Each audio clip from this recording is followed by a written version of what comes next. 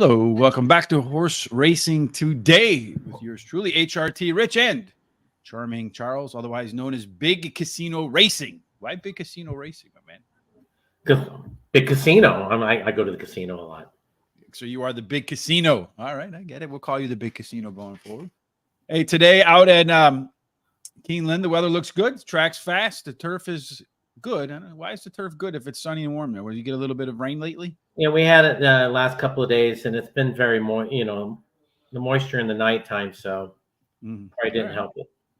I can get it. I don't know about you, Charles, but at times, especially when I'm like learning new stuff, and I've been reading a lot lately, and always trying to sharpen the saw, like Stephen Covey said in the 7 Habits of Highly Effective People, and that when I start to learn new things, I almost get like blind, and that I start to really struggle with my handicapping as I'm trying to implement new stuff.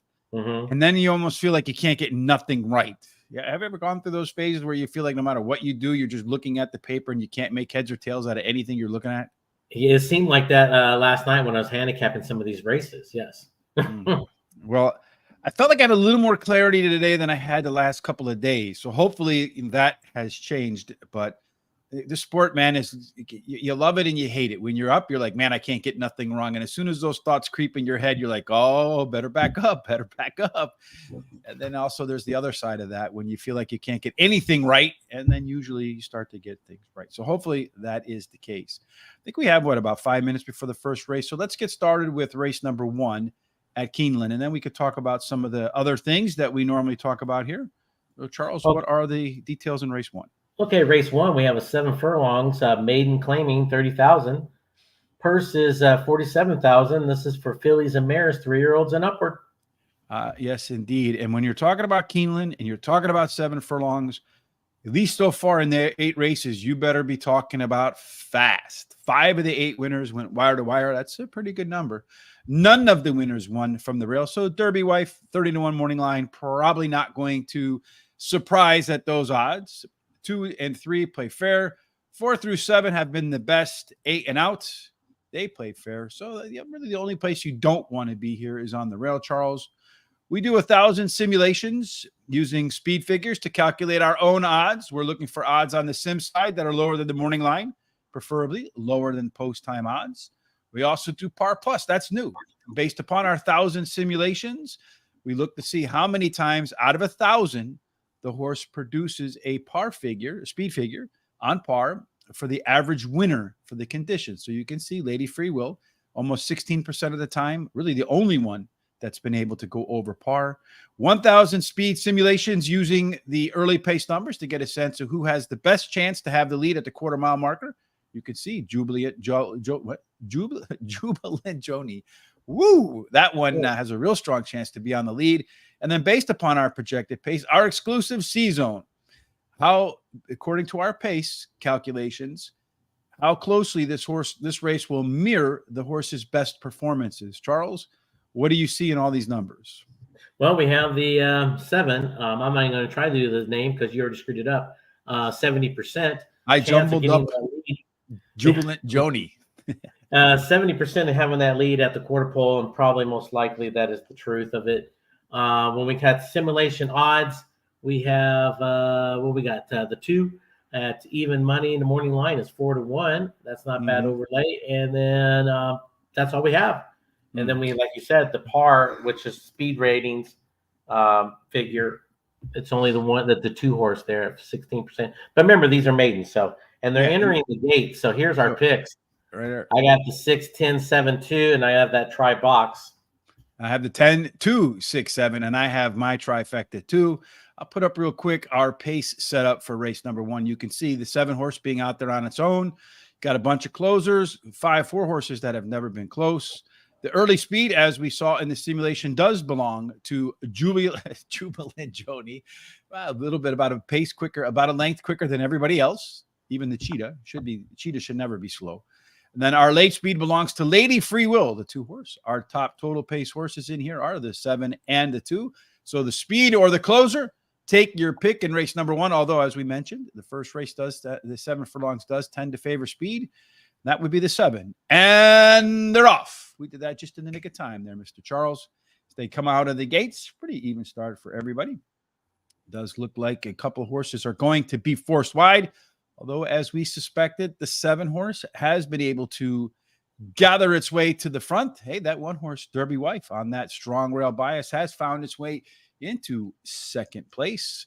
On the outside right now, Buffalo Girl on the outside is the 10 horse as they go through the backside, opening quarter in 23.24 seconds. So 7 furlongs, probably, I would say, normal tempo for this level of horses. They go through the turn, Charles. I think a couple of horses are going to kind of struggle a little bit because they're going pretty wide. It looks like right now is that the 10 horse or the 6 horse? It's the 10 and the 6. The 10, I don't know, because sometimes these things get all messed up. It's the 10 on the outside right now on the second. Yeah, and he's really trying to fight to get up into the race here, but I don't think he's gonna. Is he gonna have what it takes to get by the 7, Charles? After making I don't know. I don't think so. Yeah, I think not either. So it looks like the 7 is always the next horse for me, Charles. I can't understand for the life of me why that happens over and over and over again. I'm just going to start putting the next horse, the first horse. I think that's what I'm going to do. It goes 7 and then the 10 and then I think the 1. I can't, honestly, I could not tell who that was. Could be the 1 or the 8. It was either red or pink. I'm going to go with red. So note to everyone on that 1 horse. That horse is bred 100% for turf. And this is its 4th race on dirt, has yet to run on turf yet. So look out. This horse is now starting to show some signs of life. And now if it gets to go on turf, it'd be something different, I think. Yeah, the 1 horse at 30-1. Yeah. Mm-hmm. Yeah, you also have that strong rail bias, which could have, so it went 7, 10, 1, and then 2. 7, 10, 1, 2. And then the 8 horse kind of faltering at the end there. So that's the way it goes in race number 1. Charles, you had the 7. We both had the 7 and the 10. Always the next horse for me. Neither one of us had the 1 in that strong rail bias. Probably should have considered that. So, well, hopefully next time around. Keeneland, you got a bunch of picks here for Keeneland from Kais Fossey. Screenshot that, if you will. And then over here, Christopher D'Souza liked the 2 horse, 2, 6, 10 in the opener. 7 horse upsetting everybody's picks there, even though it was the favorite. And one thing to note in our data is that the 7 horse did have that just commanding early speed, Charles. And then over here, we also saw the 7 horse up here having the ability to get to the front. And again, in the early pace numbers, we suggested that horse had about a length lead over everybody else coming out of the gates. And that's pretty much how that race played out. Yeah. Real quick, normally we go over these things, but we got off to a little bit of a slow start right off the jump. Last night, the soon-to-be announcer and handicapper at Oaklawn Park, Matt Dinnerman, Matty D, joined Lucy and Sean. Make sure you check out that show. Matt is a fantastic guy. He'll do a tremendous job, unquestionably, at Oaklawn Park. So get to know Matt a little bit better. Like I said yesterday, he's got a great place in our heart as our first guest ever. We will forever be indebted and thankful to Matt for that. Today, if you like Albuquerque racing, it is the free track over at Guarantee Tip Sheet. There is a link down in the description below. Political moonshine. I think we have some of that kind of going on nowadays. A little bit of political moonshine, but that is your top pick, and as well as a best bet in race number 1. And that'll go off at about 8 o'clock Eastern. A little bit of a quarter horse race, so check that out. At the same time, we're going to have on Robert Falcone Jr. as our guest tonight with Sean and Lucy. Make sure you tune in for that again at 8 p.m. Eastern. Charles, let everybody know the best way to make sure they don't miss nothing around here. What you do is you go and hit the subscribe button down below. And when you hit that, you also should hit that little bell and you'll get all the alerts of every show that we have, all the pick shows and even Horse Center shows. Mm-hmm. One other quick thing. If you're familiar with horse racing, you know who Aubrey Green is. She is a jockey, rides down in the Louisiana circuit, recently married. She's going to start writing articles for us. You can catch her article about rider Vicente Del Cid, who's dominating the Louisiana circuit. She wrote an article for us. She's going to be putting more of them up for us over at horseracingtoday.net. There you can see Aubrey. She's She's going to be an excellent addition to the team. We're grateful for her efforts, and make sure you go over there and support it. I think Sean's probably linked to it as well in our social sites, which you see scrolling down there below. Horse Race, the number 2 day horse race today. All right, Charles, back to work. You and I go. We're going to go to race el número dos. What is the conditions, or what are? Race 2, we got a 6 furlongs allowance, 20,000. Purse of 61,000. This is for 3-year-olds upward, which have never started, for a claiming price of 20,000 or less in 22 or 23. Well, the profile of a winner was spot on in that first race, because now there's 6 of 9 going wire to wire. At 6 furlongs, however, only 18% of the time they go wire to wire. I wonder why shortening up really makes it so much more difficult to get to the front and stay there. But once again, there is a very strong rail bias. Well, I have a theory on that. Is most of the time people put their real true speed horses in 6 furlongs instead of 7. Well, that's probably more based upon experience than a theory, I would guess, Charles. Mm-hmm. Looking at race number 2, 6 furlongs, as mentioned, early speed 18% of the time. The rail, so in this case, Kuth, another long shot on the rail that maybe pays off with that rail bias. 2 and 3 get penalized in this case. 4 through 7 get a big bonus. 8 and out, they get a penalized. So it looks like you'd be on the rail. It'd be 4, 5, 6, or 7. Have some tactical early speed, Charles. And based upon our race projections, who has the lead? Well, it looks like, it's going to be between the 8 and the 9. I personally think it's going to be the 9 at 46% chance, but the 8 has the same amount of percentage, 47% chance of getting that lead at the quarter pole. It probably really depends on whose gate breaks open the best for them. When it comes to simulation odds, we got down to the 8. We got slightly under 3-1. You got 3-1 morning line, a small overlay. But then you got that 9. Look at that, 4-1. You got 10-1 morning line. Pretty nice overlay there. Mm-hmm. And then this trio of horses, the 6, the 7, and the 8, really strong C-zone scores, so they should be really comfortable. Opportunity to repeat some of their best performances. Got a couple in here, 3 of them, in fact. The 6, Slam Dunk Sermon, 71% chance to run a speed figure that is at par or above for this level, so really good shot to win. T-Burns, 51%, and then Pure Panic, exactly 50%. Those 3 horses should really be comfortable. If you look at the C-zones, they're right on target there too, all for except maybe the 9, but the 9 has that chance to get up on the lead. So those 3 horses look like the class and look like good fits. But what does the race shape tell us? It tells us the 9 wants to be on the lead. It is kind of lead dependent. The 1 horse can be on the lead or kind of pressure the horse. The 2 horse here wants to pressure. Everybody else kind of middle or back. So this should, like we saw in the opener, favor speed. If that's the case, that 9 horse and the 8 horse, the 2 that we saw in the simulations, likely to be forward early on. And then both of them have decent late pace numbers in there too, Charles, but not as good as Blue Kentucky, the PC horse, the 7 horse. We'll see if indeed he can take advantage of that, or the Pure Closer in the 3. Solidify.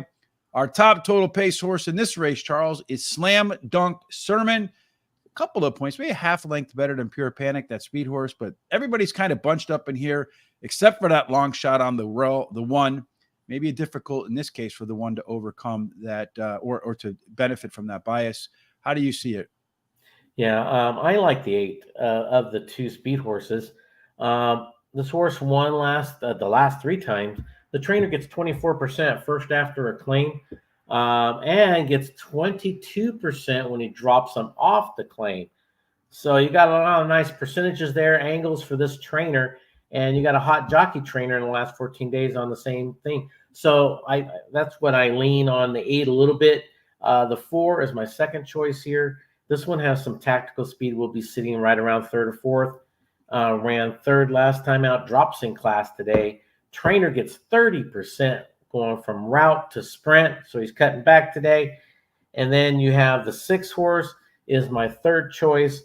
Well bet last time, ran 2nd last time. This one, another one that has that tactical speed, could sit and wait and see what the speedsters do.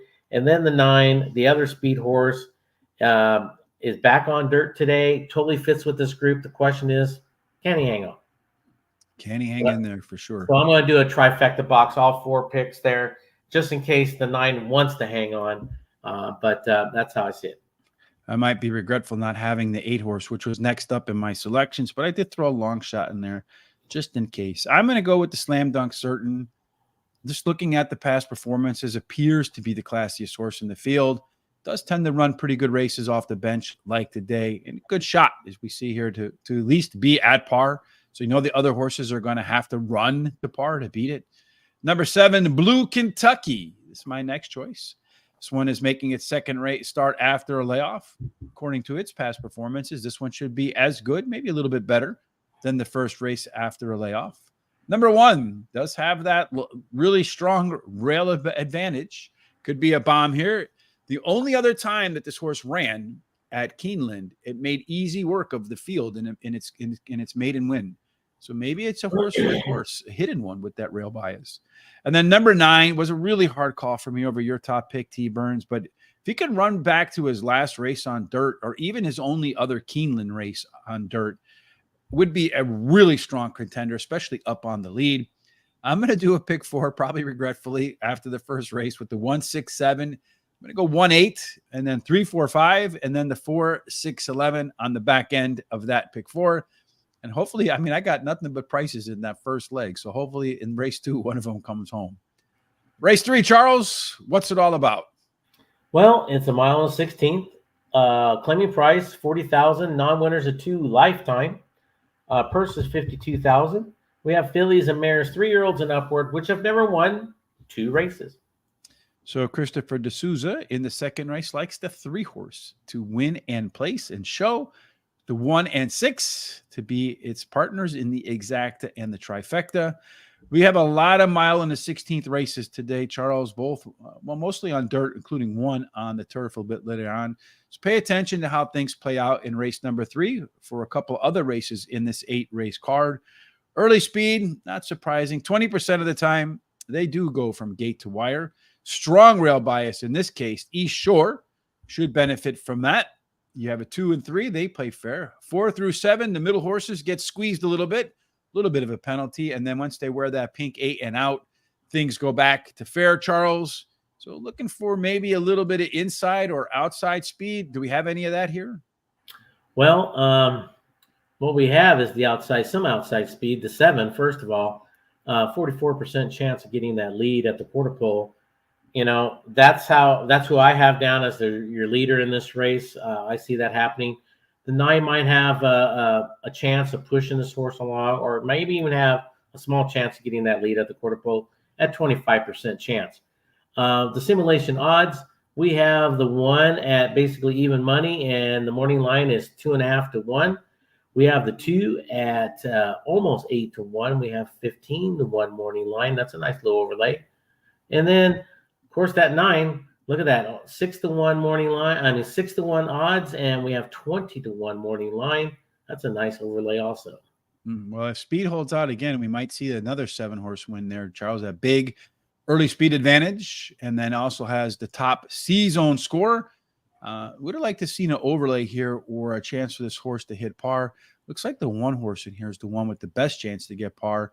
And what I have found, again, the par plus really not a long shot finder, but what it has helped do is identify favorites that are real favorites and also kind of eliminate or identify vulnerable favorites. So anytime I see a score over 50, at least so far, and the sim odds saying that the horse should be one of the favorites, those horses have performed really well. And look at the C-zone on that one, too. It's a 65, I think, percent.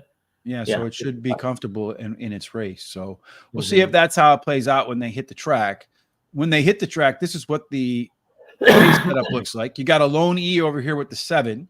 If he can get to the front, his confidence will grow. He's going to have a little bit of competition, as we saw in the simulations, from Facious. I hope I got that right. But plenty of them are pretty close in here. So this group right here, all within like a step or 2 of each other when the gates open. Like Charles says, it'll all depend on when the gates pop, who gets that first quick step. Late speed wise, you're going to see that 9 horse up in there again as the second best late speed. Got it. Sometimes you can't pass, but you can't catch, Charles. Although I feel the need, the 8 horse. will definitely be coming, but could be 2-3 lengths behind that 9-horse early on. A lot of ground to make up at the end. Our total pace, that is the 9-horse, Effacious. Boom. 10 points better than East Shore. Anytime, Charles, you get a 10-point advantage over the rest of the horses in the field, that horse should be a key player. What do you say? Well, today I'm going to say no. I like the 1. Like the 1 drops in class today, ran 3rd last time out. The rail gets 34%. This one has tactical speed. I think this horse could sit a lot closer. Dale Roman, the trainer, gets 15% overall in the year. Actually, he's a much better trainer than those numbers actually indicate. So I think this horse is very, very dangerous here. The 7, I'm going to put as the speed. He's a speed horse, as we talked about. First, you got to toss out his last race, which was at Kentucky Downs. It's either you love it or hate it type of track. Trainer gets 30% when he goes from turf to dirt. So that's a heck of a percentage there. This horse, the question is, can he hang on, especially with the 9 pushing him all the way. The 8 is my 3rd choice here.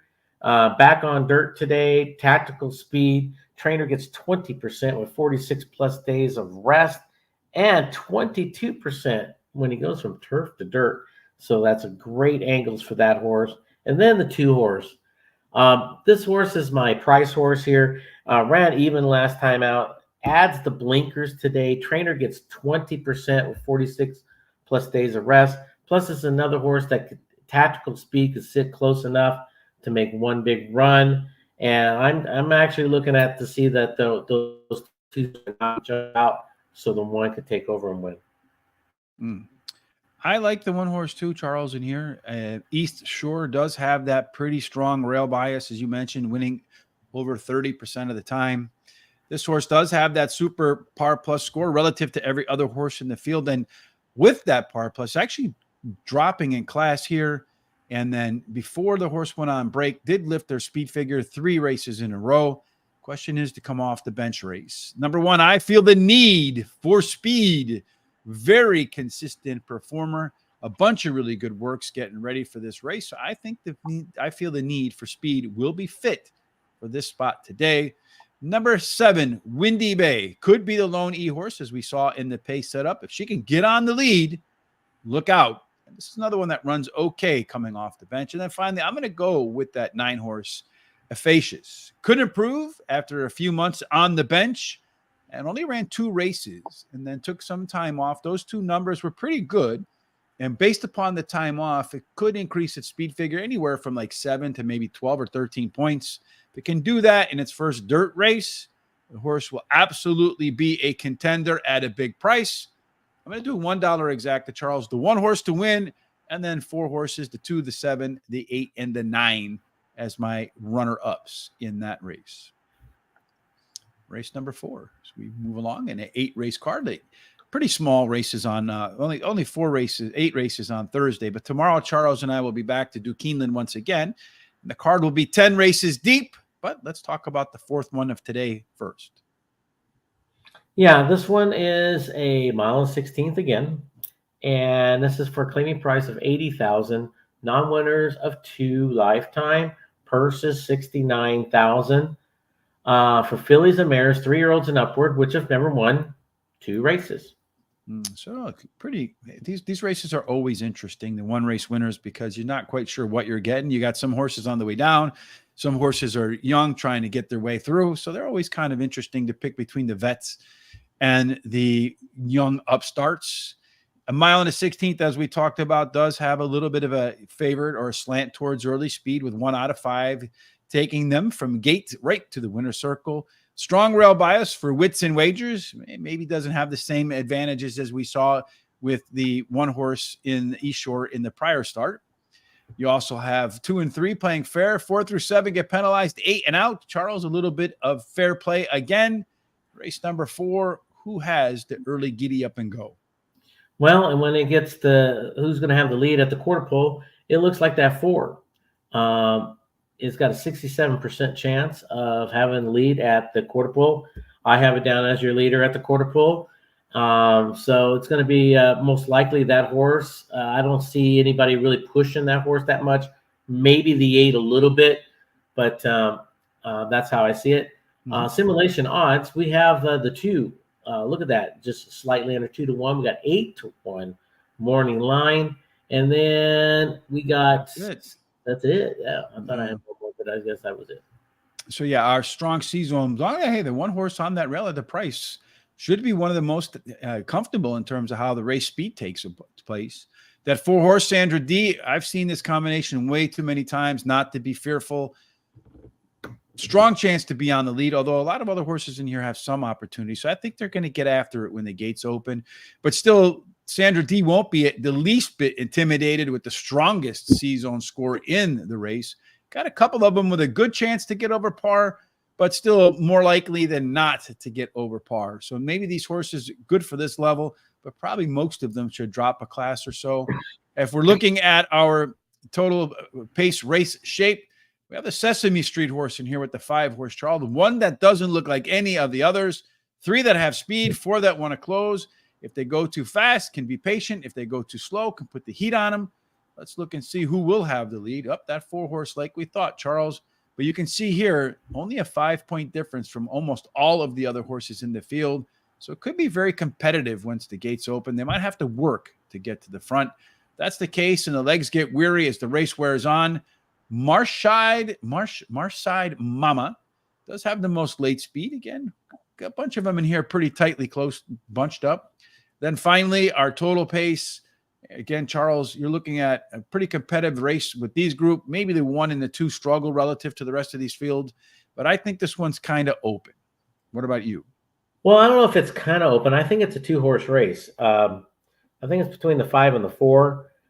It just depends if the 4 gets pressured any at all. And I'm thinking it will get a little bit of pressure from the 8. So I'm going leaning towards the 5 a little bit. The 5 ran second last time out, has some tactical speed. Tyler Caffleone is aboard. Amos gets 16%, with second time after the claim. He claims good horses. He does very well in the claiming ranks. The 4 horse, like we already said, has the speed. Ran 3rd last time out. David Cohen is staying aboard, which I think is an excellent sign. He's rode this horse in the past, so I think this horse will be out there winging, and let's see what it could do. Then my 3rd choice is the 3, is back on dirt today. Toss out that last race. Drops in class today, and it really fits with this group. So it makes it a little dangerous. And then the 7 horse is my final pick. Ran even last time out. You got a hot jockey trainer combo in the last 14 days, and 100% fits with this group. I'm going to start my pick 3 here.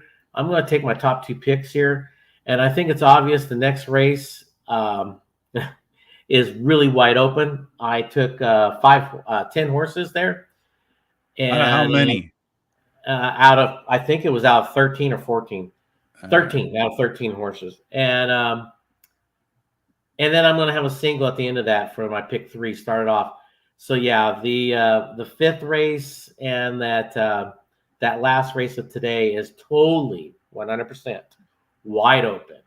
Yeah, absolutely. Just about anything can happen. So hopefully my vision on the PPs is not all that blurry as it was the last couple of days. Race number 4 for me, Charles, I'm going to go with the 3 horse Spicy Italian, probably one of my favorite Subway or, those type of sandwiches. If he can run back to his Hawthorne races, horse has a really good shot of scoring a W here. At the distance, though, does like a mile and a 16th. Did it a couple of times, has a win, and wasn't really too close in that second, but still seems like a mile and a 16th is not an issue.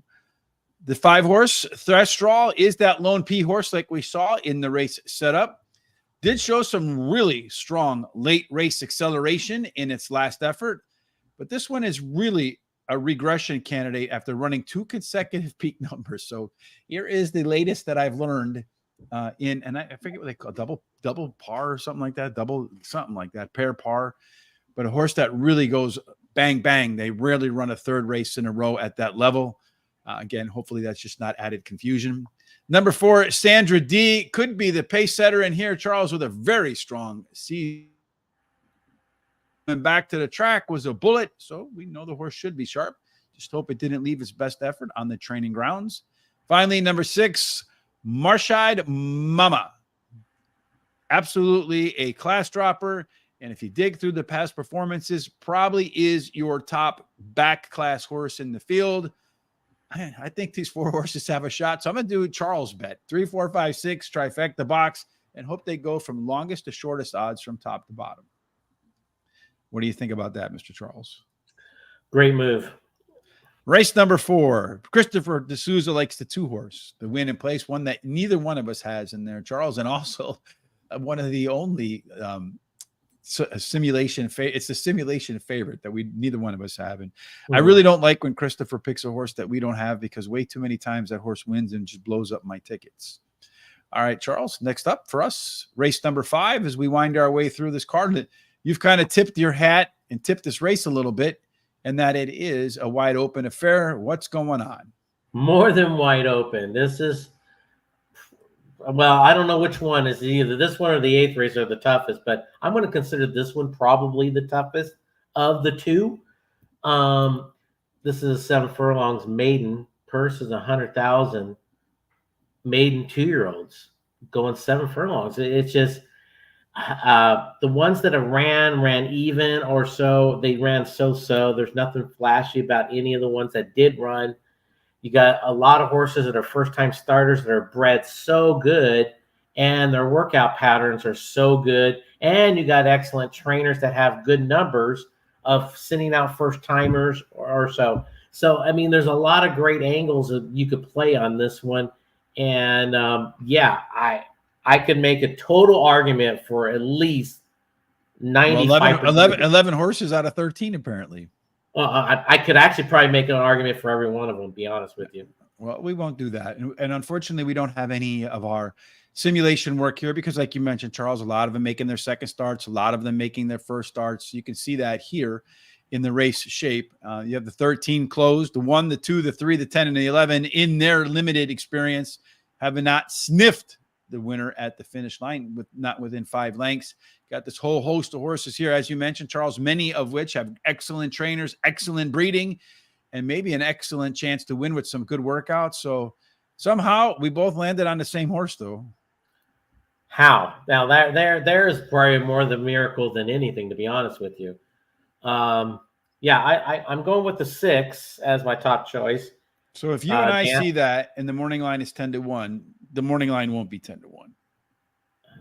Won't be 10-1, but I don't see the 6 being a favorite either. So, but I don't think it'll be 10-1.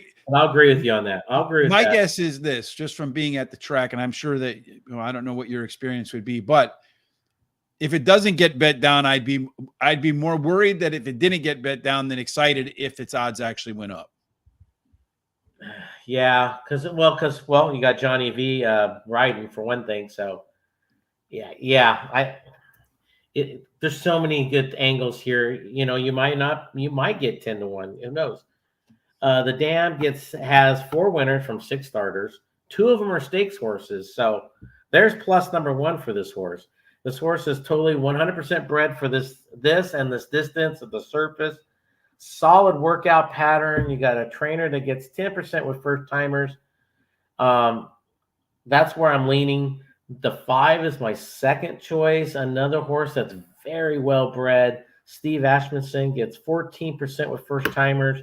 You got Tyler aboard. Solid workout pattern. And then I'm going to go with a couple of horses that have ran before. I'm going to take the 2 as my third choice. They're adding the blinkers today. The trainer gets 10% with that angle. And it ran even last time. Trainer got 19%. The trainer gets 19% with her second race. And the key to me for this, why I picked this horse in this workout, and remember, we and you've had this discussion about workout times. Well, if you look at this horse's workout pattern and all the times that it runs, when it ran on September the 17th, finished 7th, 19 lengths back. And then on September the 28th, It had an excellent workout, one of its best workouts it's ever done on time-wise, and they're adding the blinkers. So that tells me this trainer put the blinkers on that horse that morning to see if they work, and maybe it woke up this horse. Plus, a race underneath their belt always wakes them up a little bit. So I can't kind of lean towards that. Adding the blinkers really going to help this horse. The 13, same thing, adding the blinkers, ran third, even last time. Hernandez stays on from McPeak. McPeak and Hernandez combination is an excellent combination. But like I said, I could sit here and talk about another 5 or 6 easy. So I want to say good morning. Saludos to Rose Angel Infante. How are you? Thank you for joining us today. And unfortunately, Rose Angel, we don't speak English. Alguna información para Keeneland, Villa para jugar. So we are giving out that information now. So we'll go back to race el número 2 in uno momento. All right, Charles. I like that 6 horse too for a lot of the reasons you do. Some really fast workouts in there. Mama makes stakes winners. That's a big plus, as you mentioned. Eddie Kennedy does win at 10% with first-time starters. That's a decent number, not the best number. Number 11, Heir of Defiance. Any improvement from his debut, and this race really won't be close. And Charles, I know one of the biggest drops in horse racing is made in special weight down to maiden claiming. Everybody says it's the biggest class drop. But I've also read a lot of literature that says that the race where the horse has the biggest chance to improve is their second career start. Sometimes the horses just make a big leap from the debut to run number 2. So maybe we'll see that today with Heir of Defiance. Popweiser, the 4 horse, is my next choice in there. It's another first timer that has solid back works. And unlike the 6 horse whose mama made 1 stakes winner, Popweiser's mama made 2 stakes winners out of only 3 horses. That's 67%, Charles. I want that mama to be the breeding with my horse, right? Okay, yeah. And they're racing in number 2 right now, by the way. All right, so race number 2, here we go. Let's look and see what's cooking in race number 2. And they're off to see the wizard, the wonderful Wizard of Oz. As they come through the backside there, heading into the turn. Right now, you do have the 8 horses. Charles T. Burns on the lead. To its outside is the 9 horse. Tucked in behind that is that long shot 1 horse that ran the opening quarter in 22.39 seconds. Down the stretch they come. Charles, let's see what happens in here. You got a horse coming up on the rail pretty aggressively that I don't think either one of us has. Is that the 3? Yeah. Well, it looks like it's the 3 horse. Yeah, but it looks like the 9 horse, the 8 horse, your 8 horse is going to go on. It looks like you're going to win this race, maybe, Charles, unless the 3 horse can come up the rail at a bomb and take I think he is going to come up and take that win. Yep, he is. The 3 horse is your winner. Solidify. And that's what did that one go off at, Charles? 14-1. Yeah. So the pick 4 is dead. Neither one of us had the 3 horse, and apparently the post positions remain blurry the PPs remain blurry for me, Charles. Today, we got more races to go, Charles. So I did have the 7, So Smooth as my last choice. Maybe you take all of Charles' picks and all of mine, and then just take the other ones and use those for your pick 4 to get started. You might have the winner in there for certain. For me, on that 7 horse, Flavian Pratt, Chad Brown, 2 excellent jockey and trainer combination. Does have some really good breeding. The workouts aren't as good as some of the other horses. But Charles went all, so he's definitely going to have a winner in his pick 4 here. I went 3, 4, 6, 7, 11, and 13 as my horses for that race. Maybe I should have went all as well. All right, Charles, let's give it our all. I have my 2 singles in the next 2 races. So after that, well, this race kind of makes sense, Charles, to have a single in there. I feel like there's a horse in here that's probably just prepping for a bigger race and wants to collect the paycheck before it gets there. In any case, what's race 6 about? The race 6 is a 1.16 optional claiming of 80,000, non-winners of 2, purses of 120,000, fillies and mares, 3-year-olds and upward, which have never won 18,000 twice, other than maiden claiming starter or state bred allowance, or which have never won 3 races or claiming price of 80,000. Yeah, we talked about a 1.16 a lot. You can see Insignia is not in for a price. She's Cold as Ice is not in for a price. Is anybody in for a price in this, Charles? I don't think anybody is. I don't think there was. Yeah, nobody's in for a price. So everybody's here to collect the check and not to be sold. So I do think you're going to see a really solid effort out of every single horse. So I'd have been concerned if some of the better horses were in there. At a mile and a 16th, again, early speed. We see the post positions, how they matter. You do have a little bit of a strong rail bias for Insignia. 2 and 3 play fair. 4 through 7 get penalized. So that's only the 4, 5, and 6. There's not an 8. So it doesn't really matter, Charles. Here we see some of our data, but it does look like one horse, according to the sim odds, and we talked about that a little bit, at least I alluded to it, might be in this race just to collect the check to pay for the rest of its year. Yeah, but first, when we get to the simulation lead, who's going to have the lead at the quarter pole is going to be that 3. At 69%, it's basically a 70% chance of getting that lead. The 4 does not need the lead. The 4 does have the speed to take the lead if it wanted to, but I think this horse will be smart enough just to be sitting second and pounce when it needs to. When it comes to simulation odds, like you just pointed out, the 4 is basically 1 to 5. In the morning line is supposed to be 4 to 5. Mm-hmm. So, I mean, you're going to get that odds probably most likely. I think and that's it when we got simulation. Yeah. If you get anything, if that horse's odds go over 1 to 1, I would really be worried. Oh, I'd be very worried. I would be like, oh, something's wrong with that horse. Get off that horse. Instead of excited to make more money, I'd get a little worried. Yes, indeed. So looking at race 6, our race shape, nobody really a true pace setter in here, though we did see a few of them have some early speed. Really, the 3 horses are pressure horse. The 2 and the 4 are your PC types. So I expect the 2, the 3, and the 4, they'll go out to the front. I think the one that goes to the front, the 3 horse Jag Warrior, is probably going to try to slow things down a little bit. Either that or it's going to just try to break away from the pack and then see if it can slow things down and then try to just coast into the finish line.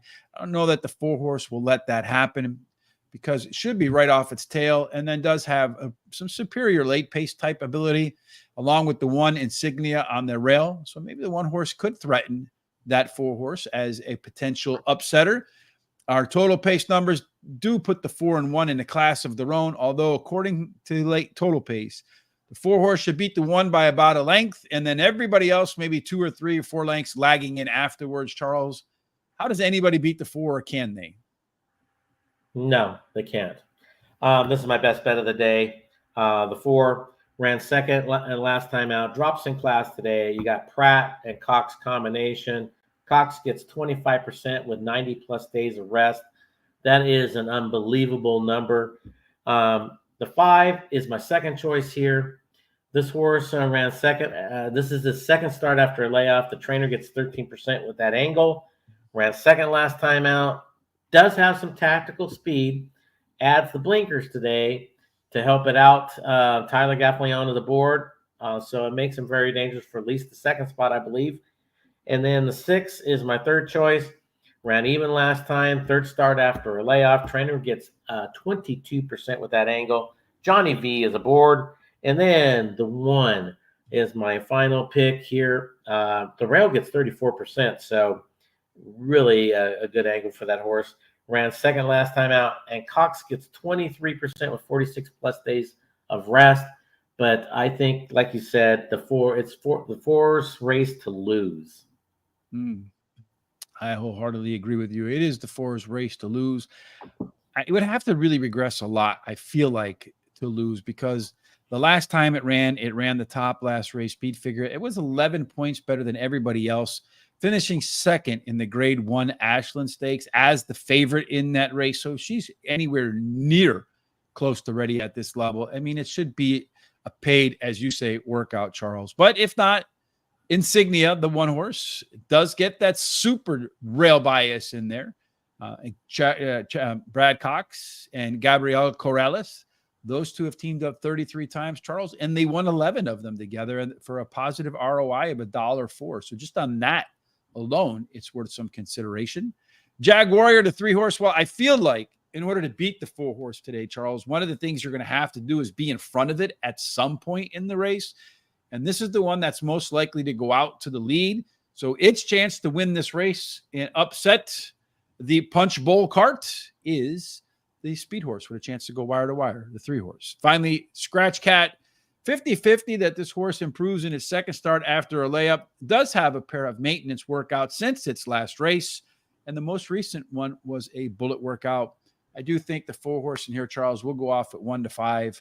Both of us hoping to hit something early or late in our pick 4s to make it worthwhile. In race number 6, Christopher D'Souza is going to go with the 5 horse, the best bet of the day for $20 to win on that 5 horse. It probably is a best bet because you do want to beat that 4 horse.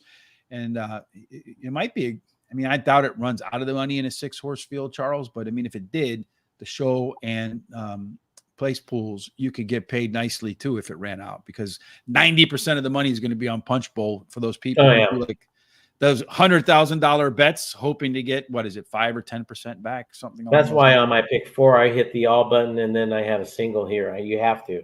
Well, it's either you find the long shot that it's going to beat the horse, or you got to single it. So yeah, that's exactly my thinking. Either you single it or you throw it out and you pick something else. Yeah.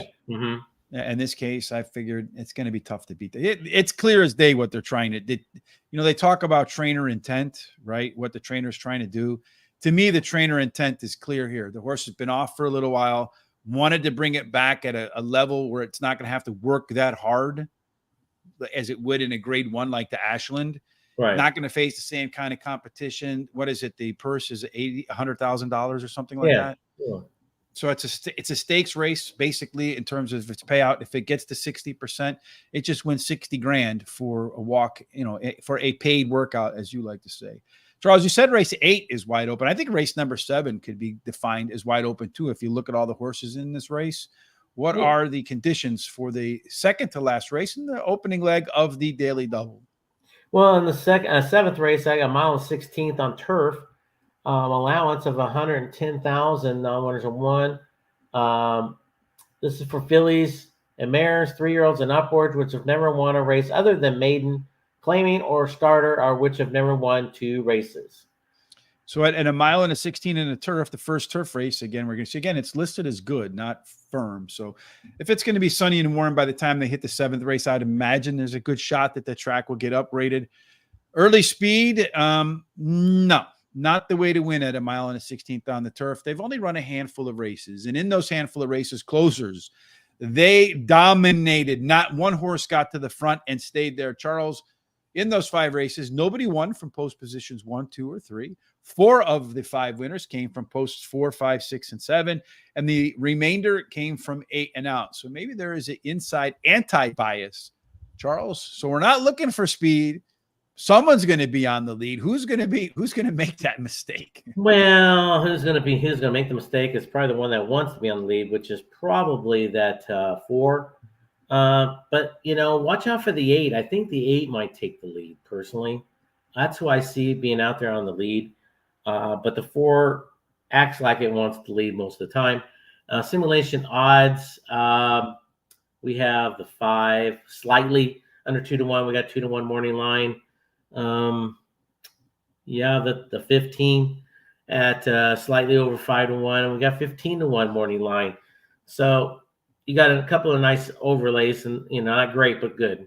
Yeah, and it looks like most of them not really going to be overly comfortable with how this race is going to play out. So that could make it pretty interesting. A couple of them in here, the 5 horse, Hold I Gotcha, the par plus score says it's got a 40% chance to run a speed figure that is the average or the par for this level, 26% for Holy Foley. And then, of course, any horse that rhymes, you got to have that in your ticket. And then Condone, the other horse in here, that has a 1 in 5 chance to run a speed figure that would be on par or better for the typical winner under the $100,000 allowance conditions on turf. Charles, our race set up for this deep field. That 8 horse, Charles, the one that you thought has a good shot to get the lead. If it does get the lead, maybe the wire to wire O goes, because it is a lone E horse in there. Charles, the question is, will it be on the lead? It's one of those that will contend for it in here, along with the 4, which was the simulated pick.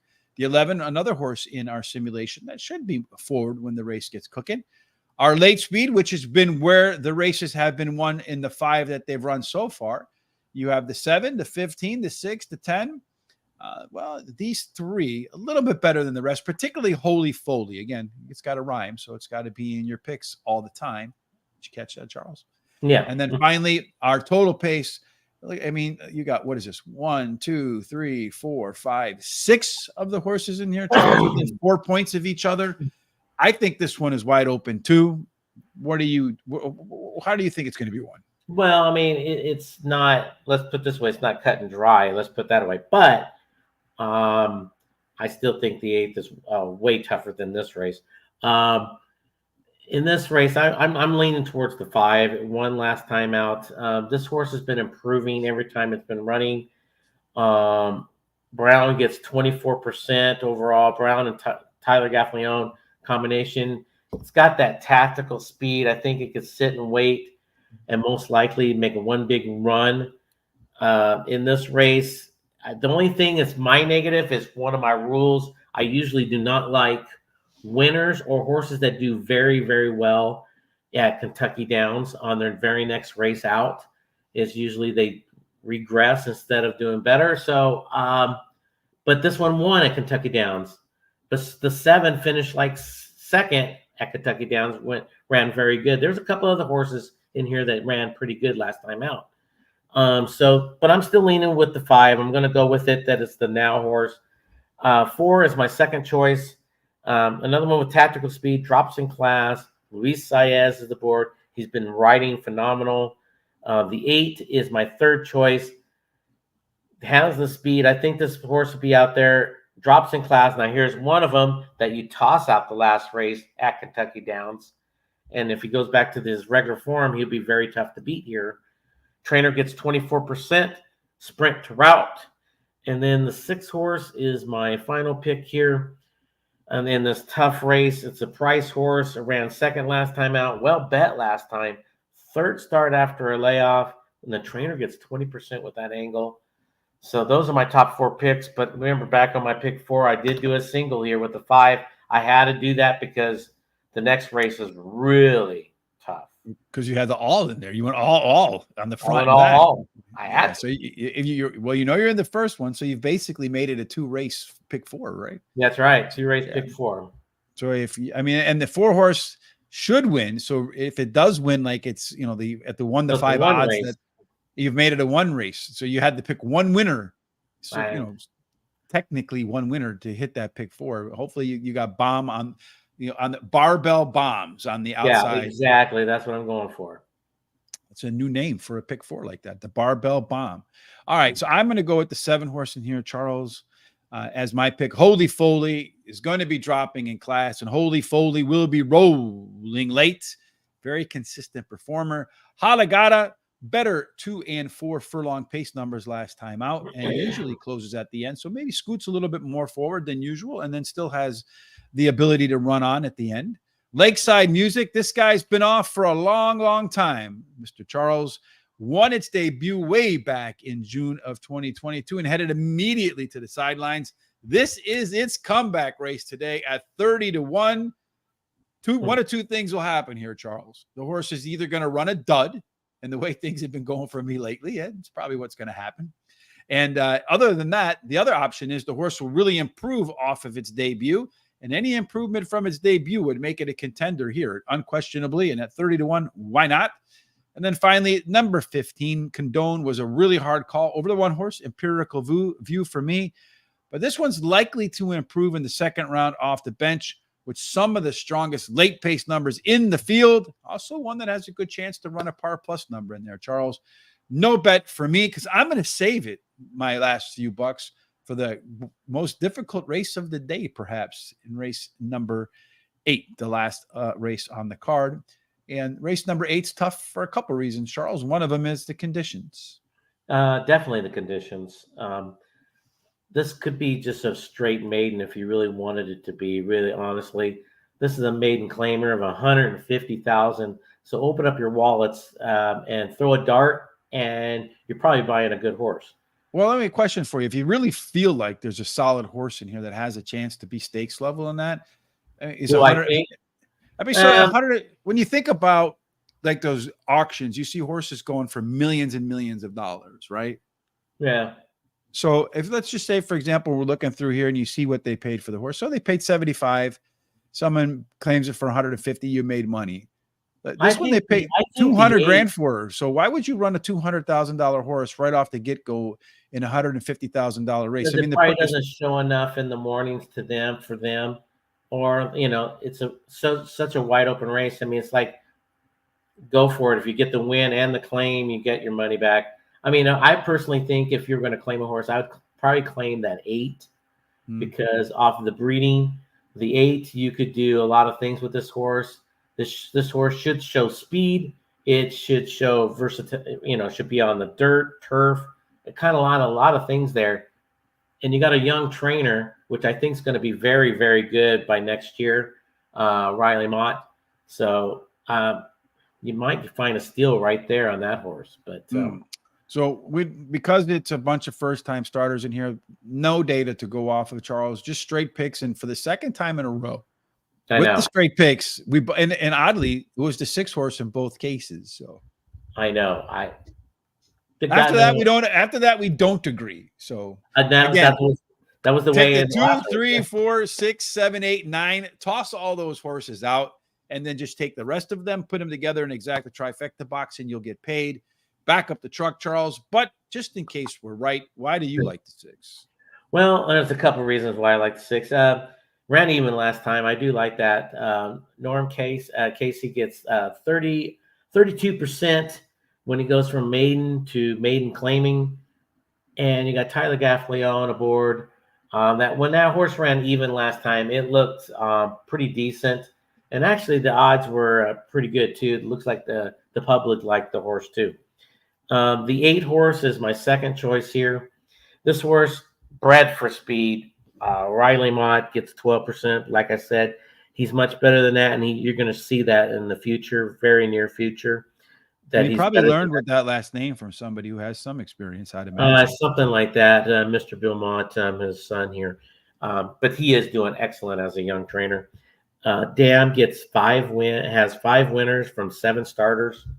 Solid workout pattern. So the 9 is my third choice. Dam has 3 winners from 3 starters. Bred 100% for speed and turf. Solid workout pattern. The 7 is bred for speed. Solid workout pattern. But this jockey usually gets the money on live horses. He doesn't have many mounts overall, but he does bring in price horses. So watch out for that 7 a little bit. But like I said, on my pick 4, I hit the all button here. So you made it easy. I made it easy for myself.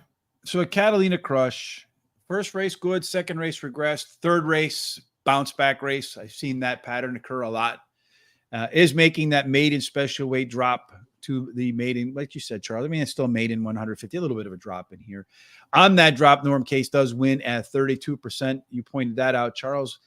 Normally he wins at 25%. So great trainer, big number there, but the number goes up on one of the bigger, in this case, not the biggest drop in horse racing, but still delivering alpha for horse players in that respect. Finish the Mission. The 4 horse is my second choice in here. Charles at 8-1. Morning line anyway. Mama made winners, 2 out of 3 of them. Trainer wins it first time at 16%. And the horse does have a lot of good backworks. Number 2, Runnin' Money is my third choice in here. Strong workouts since its debut. Expecting more, some improvement. Again, some of the literature I've been reading, some of the studies show that sometimes the biggest gains come from race 1 to race number 2. If this horse can make any gains in there, it would be very competitive for the score. And then number 3, Track Light. That's the last one for me at 8-1. Trainer Brendan Walsh does win at 11% with first-time starters. Horse does have some good workouts as well as some solid breeding. Anything goes in this race, Charles. So I'm going to go with 2, 4, 6 over to 4, 6 over to 2, 3, 4, 6, and 8 with my last $6. Hopefully come home a winner on the late pick 4 with one of those horses as well.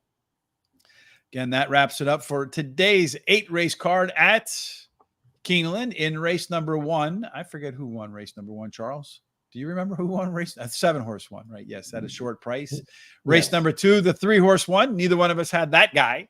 So hopefully we get back on track from 3, 4, 5, 6, 7, and 8 If not, we'll get a chance to do it again tomorrow at Keeneland, about 5 to 10 minutes. Well, about 10 minutes is the goal before first post. Again, best way to make sure you don't miss any of our shows, including tonight's with trainer Robert Falcone Jr., is to hit the subscribe button while you're here. Kindly also copy the share button, put that link on your social site, share it with your friends and family that like horse racing as well. And then that's about it. Charles, any final thoughts before we get up and get out of here?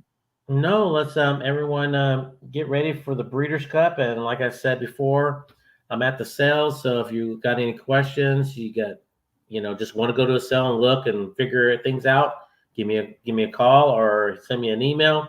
I should actually say at bigcasinoracing@gmail.com. And that's about it. Yeah. And tonight you're on your computer, you're on your apps, checking out horse racing. Again, free track tonight at Guaranteed Tip Sheet is Albuquerque. Have you ever been to Albuquerque, Charles, to the racetrack there? Drove through it. No, that's it. Yeah, I've never even been in New Mexico, but I could tell you that our best bet in race number 1 is Political Moonshine, 7-2. So pretty decent price for a best bet. Again, the race will kick off 350 yards on the dirt at 8:05 p.m. Eastern. Link in the description below. Kindly use that one so they know where you are coming from. Real quickly, want to say thank you to Beverly Teller, Philip Perkins, and some handwriting I can't read. Thank you for the thumbs up on Facebook. We appreciate your time with us today.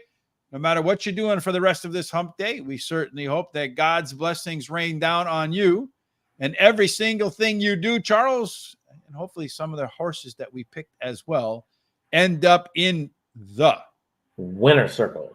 Yeah, thanks for joining us. Look forward to spending some time together again tomorrow. Have a fantastic day.